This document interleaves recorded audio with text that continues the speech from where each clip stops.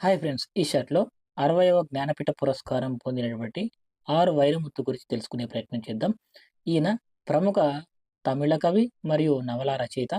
కానీ చాలా సినిమాలకు పాటలు కూడా రాయటం జరిగింది. 2025 సంవత్సరానికి గాను వైరముత్తును ఏకగ్రీవంగా ఎంపిక చేయడం జరిగింది.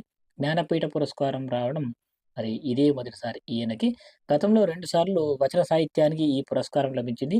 పివి అఖిలాన్ 1975లో, డి. జయకాంతన్ 2002లో జ్ఞానపీఠ పురస్కారాలు తమిళనాడుకు వరించాయి. సో, మూడో పురస్కారం మరి వైరముత్తు గారికి రావడం మరి సంతోషదాయకం. 1953లో తమిళనాడులో తేని జిల్లా మేట్టూరులో వైరముత్తు గారు జన్మించారు.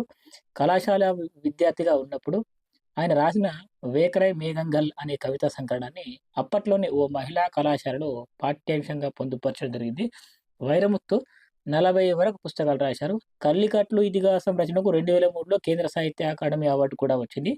ఇదే సంవత్సరంలో పద్మశ్రీ మరి దాంతో పాటు 2014లో పద్మభూషణ్ ఉత్తమ సినీ గీత రచయితగా 7 సార్లు జాతీయ పురస్కారాలు గూడా, అంతేగాకుండా 6 సార్లు తమిళనాడు ప్రభుత్వ పురస్కారాలు గూడా పొందడం జరిగింది. ఒక గొప్ప పాటల రచయిత మరియు గొప్ప కవి గూడా. 1965 నుంచి ఈ అవార్డు ఇవ్వడం జరుగుతుంది. సో, మొదటిది 1965లో మరి 'శంకర్ కురుప్' అనేటువంటి కవికి ఇవ్వడం జరిగింది. మొదటి మహిళా విజేత ఆశాపూర్ణదేవి గారు, బెంగాలీ రైటర్. 1976లో వచ్చింది. అయితే ఈ జ్ఞానపీఠ పురస్కారం పొందినటువంటి వారికి 11,00,000 నగదు, వాగ్దేవి అంటే సరస్వతీదేవి కాంస్య విగ్రహం, ప్రశంసా పత్రం అందజేస్తారు.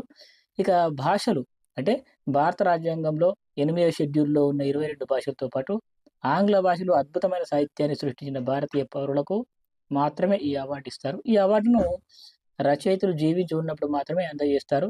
మరణాంతరం ఇవ్వరు. ఇక భాషల వారీగా తీసుకుంటే ఇప్పటివరకు అత్యధికంగా హిందీకి 11 అవార్డులొచ్చాయి. కన్నడకు 8 రచయితలు ఈ పురస్కారాన్ని అందుకున్నారు.